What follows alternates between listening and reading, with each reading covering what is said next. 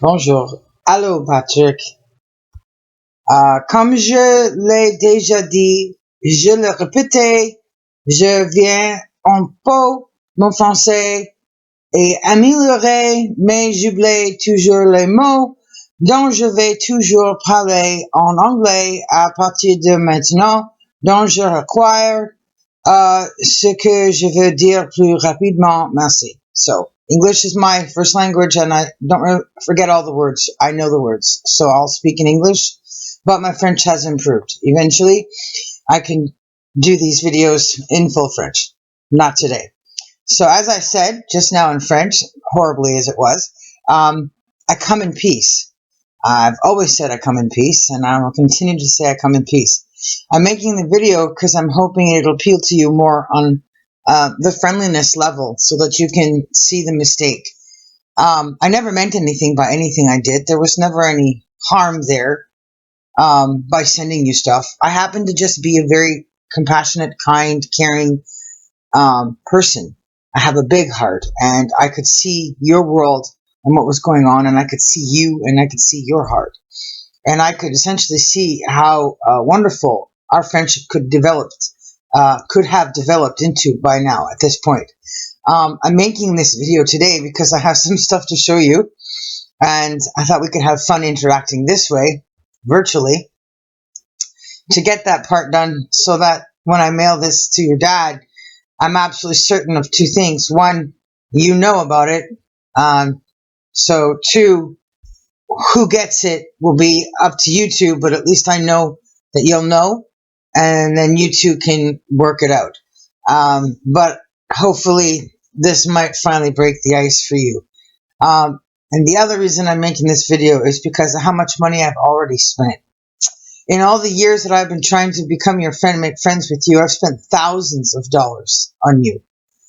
Spent thousands of dollars to go to Toronto to Maniwaki, rent a motel to try and reach you in person over the holiday. And I had literally just missed you. You had just left there and had gone to stay someplace, I guess, down here in Gatineau, which ironically is now where I'm living. He told me the bad news when I went to knock on his door in person, and I had someone from a Kingdom Hall who was family related to, I guess, your first wife, the ex, and she took me to that bright house and knocked on the door and introduced me to your dad. Your dad was lovely. He was lovely to me. He liked me. He could see that I was friendly, and this is a terrible camera. Can't see me, but he could that day. And I gave him why I came. I had blown up and framed one of the most beautiful photographs of you on the planet there'll ever be. And today you'll never be able to pose that way again and look the same. So I picked the right picture. I framed it. I blew it up, right? And it cost me $400.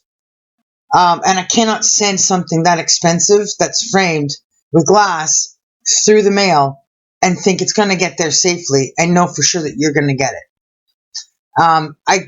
Over time, I sent books, important things for you to read. And then I asked for some of that stuff back because I wanted to share reading it together. Your 50, my 50, like French, English split books and stuff. And other material that helps you get to know me and helps you in your political career as a senator. I can't think of names off the top of my head. The big red book.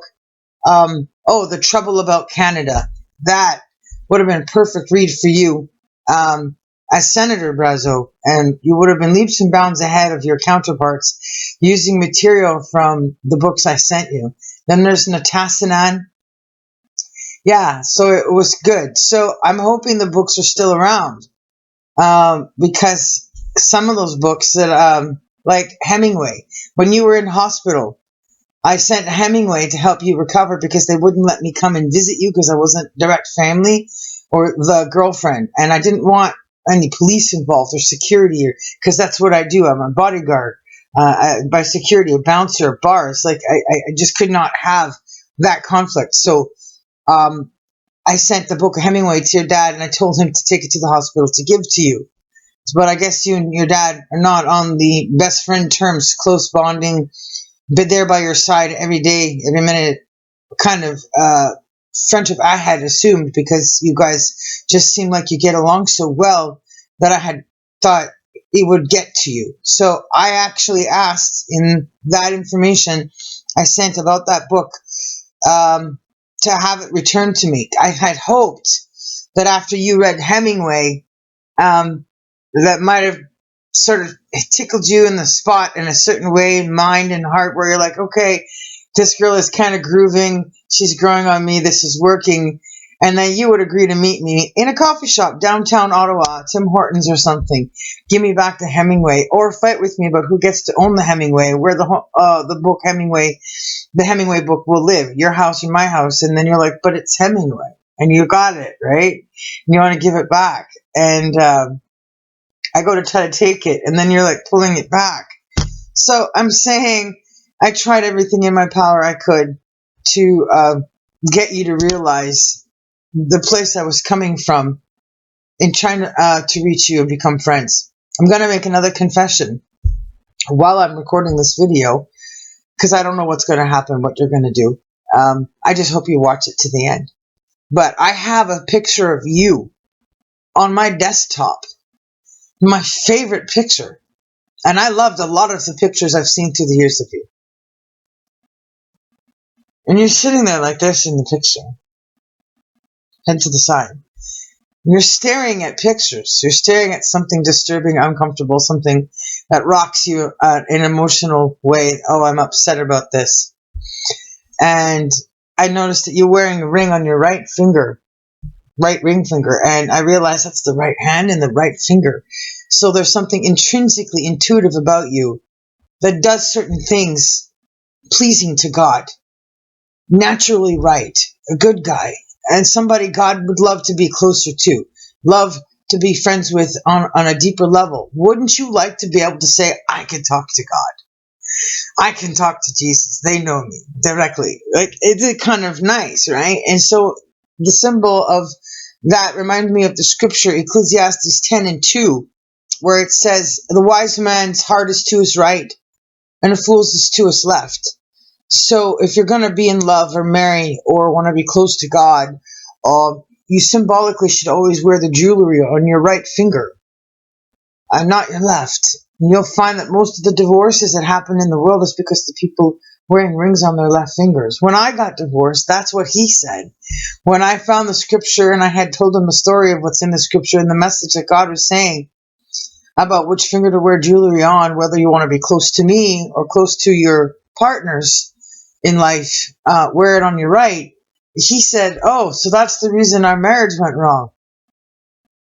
Really, he's not accounting for any of the abuse, any of the violence, the head smacking, the swearing, the screaming. He's not thinking about the things that were busted or the threats or physical violence. No, couldn't possibly ever be any of the things he didn't do. But at the end of it all, the humor was there, still intact, to say, oh, well, this is the reason for it. So I've left the picture of you there all this time on the desktop. In fact, I can't even find another copy of that picture in the folder of all the folders I have of all the pictures of you. So I'm going to have to go look for it again, I think. But the reason it's there is because I have pictures of me that are uncomfortable and disturbing. Stuff about my life and scars I have on my body. Can't see too well here, I don't think, but maybe this one will show it better. But there's scars on my body from damage done in my life, things that have happened to me, that I had always pictured you taking the time to get to know and starting to care about, and that it upset and bothers you and you want to do something about it. And that picture gets me through so much, talking to that photograph when I get up in the morning. Oh, hi, how's it going? How's your day? Making me feel like the friendship or the caring that we could have all this time there, and the hope that maybe they'll still be there soon. So without further ado, I'm going to start with the madness that started this. A few years back, I was walking into a Shoppers Drug Mart alone. I'm always alone. I do everything alone. I've been alone a really long time, and it's very bad to be that kind of alone. It's awful. And the holidays are the worst in the world ever when you've been alone multiplicity. So I saw this teddy bear on sale after Valentine's. And all I could think about was you at work with your daughter when she was young, around the age your son is now, and picturing you carrying him to and from home and work. He's got his own desk and his briefcase and his computer, and there's 2 chairs, one for her and one for the bear, so she could play with dad's bear at work while she's visiting dad at work. So this is what that bear looks like. This is the bear. That's him.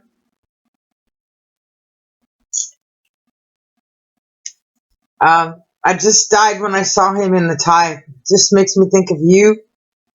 It's instantly you, just Senator Patrick Brazeau, going to work in his ties daily, to and from. So I've had it. I've enjoyed it. It's been good.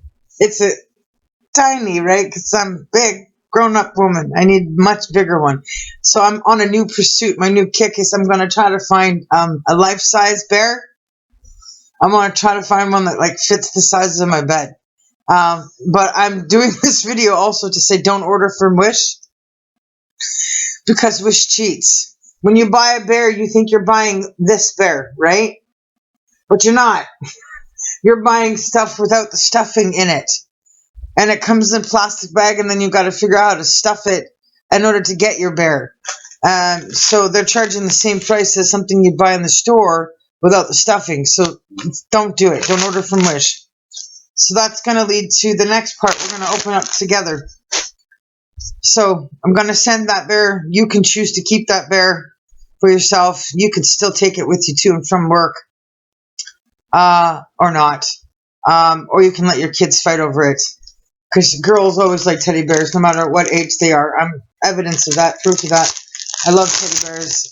I've been buying myself teddy bears to make up for having been alone for so long. So now there's this chair. So we're going to try to unpack it. And this is my first time taking it out of the bag. Yes, I ordered this from Wish. Oh, there. I just couldn't help but think of River. And if this was stuffed, how much he'd enjoy the duck. Quack, quack, quack, quack, quack, quack, quack, quack. So it's a duck chair. Here's the feet. So don't buy one of these in the store, because I already have. So I learned my lesson. I bought it thinking it was going to be stuffed when I got it, and it's not. So I'm going to send that to you. Can have it.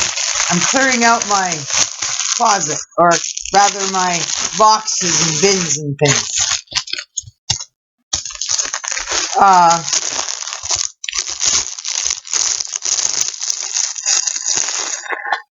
Because I'm going to Vancouver. I'm going to take off for a while and go out west. It's my home territory. It's my comfy zone. I need to deal with everything. So that's where I'm going to go to do it. I had always hoped that our friendship could have bonded so well that we could have started a school together. I kept sending you my resume, kept encouraging and asking you to read my resume, because I wanted you to see what I do, what I was like, all my leadership skills, life coaching. I am going to be finishing my first aid training instructor's course. But I have my NVCI, my nonviolent crisis intervention. I have medications in you, drugs in you, mental health. I have assisted suicide. I have RAP level 1. And these are all things that I could go on to become an instructor in through a course called Peer Support Specialist. So I would just be teaching all of these courses. Or being able to get access to people that can teach them. Because I just can't teach everything, just some of the stuff. But that kind of school crossed with karate would have been phenomenal. It would have been a huge success. So I'm kind of heartbroken and dismayed over not having that one wish come true. It would have been nice. So I've been here a long time on this side trying to make friends with you. And because I don't know that this is going to work, at least I know you'll have heard from me. And then I'll know that I did what I could to air out what I needed to so I could go to Vancouver and go back west and enjoy myself trying to find a new path and new partners in business and stuff over there. I want to have my life split between here and where I'm buying a house in Bristol, Quebec. So it's going to be Quebec and BC. And when I get tired of the cold, I can just stay in BC longer. I wanted to know what happened to all the stuff that I sent, essentially. After the framed photograph, I sent you a pair of $400 earrings. They were expensive hoops because if there's one thing that aggravates me the most about this entire time with you is that nobody's bought you new jewelry. Nobody's bought you a good piece of jewelry. You don't have 925 silver or more expensive stuff for the hoops on your ears, for instance, or the gold or whatever. And I thought you deserved it, being a senator and what you do for your family, what you're willing to do, kind of person you are, should have a higher grade, higher class earrings. So I had hoped to buy you some other stuff to go with those earrings, but there's no point if I can't get you to find those earrings and wear those earrings. So the point is, you haven't worn those earrings at all, because I don't know if you even got them. I don't know where they are. I don't know if they're still with your dad. I had instructed your dad to ask you to open the earrings there with him in his house in front of him. So I know that it was never mailed back to me. I would have happily taken back the jewelry because it's so expensive and waited for another time to try again. But there's like 2 other sets of earrings and another piece of jewelry. I guess I can say it now, it doesn't matter, but a bracelet that I had intended to go with all of that. So that when you go to nice places, you have nice things to choose from to wear for those events. And then I wanted to have something made for you for around your neck with something of mine as the centerpiece. Just so that you would have a jewelry box of stuff as a senator. So when you're getting dressed up and it's a thing where you need to wear cufflinks and bow ties or tuxedos or whatever, you would have a choice. You don't have one now. It's not there. So if you find the earrings, please unblock me somewhere in all the places you block the accounts and just send a message or write me back and just say, okay, I got the earrings. Thank you. The totality of this video is that in all the nice things I've done for you, you didn't make much effort to talk to me for very long or say too much. You didn't say thank you to me for anything else except the motorized police car that I had sent. Whoa, which son is this? Was this child number 4? I'm trying. I'm doing the best I can. So I think it was number 4. So it was the son before River, the son before this baby daughter of yours, who's not such a baby anymore. So I can't think of his name, but he was around River size when I sent the police car, and you messaged me on Twitter and said thank you for the motorized car. But I should have got thank you for everything else. So I guess I'm just kind of still hoping you find the framed picture and the books and the jewelry and still say thank you again, because I'd like to hear thank you twice. So this is the one I did open. There's 2 of them. There's this blue one,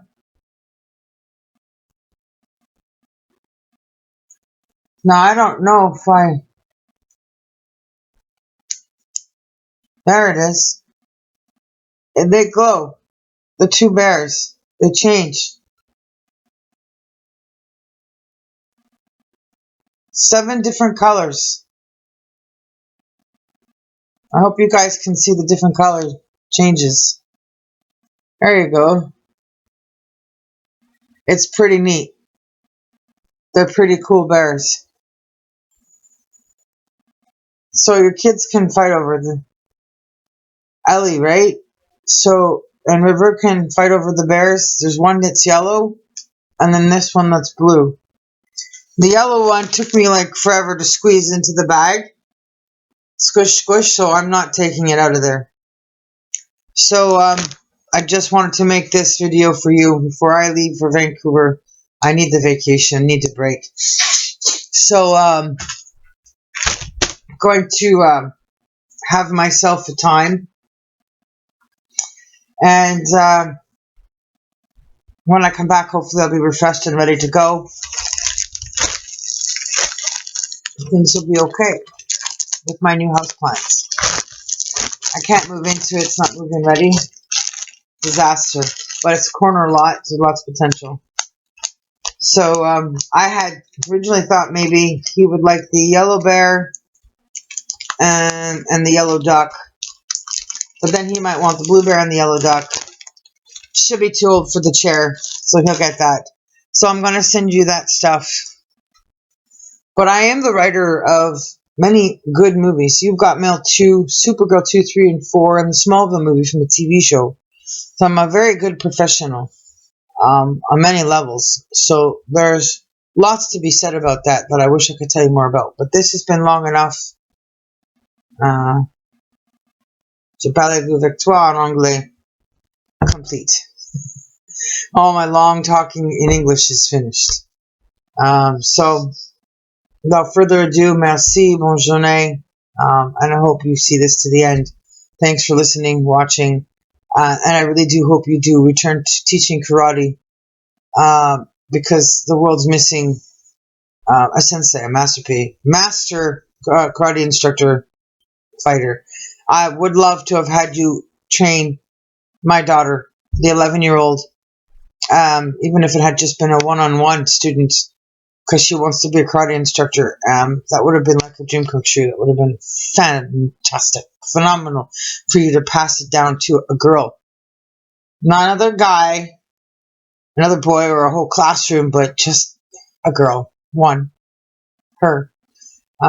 Yeah, so it's my goal to make sure she is going to be a karate instructor. I don't care, I have to move around 4 times to find the right school and right instructor.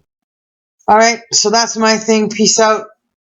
Bonne journée. Have a great Sunday and wonderful summer life ahead. Jennifer from now in Gatineau signing up. I gotta go.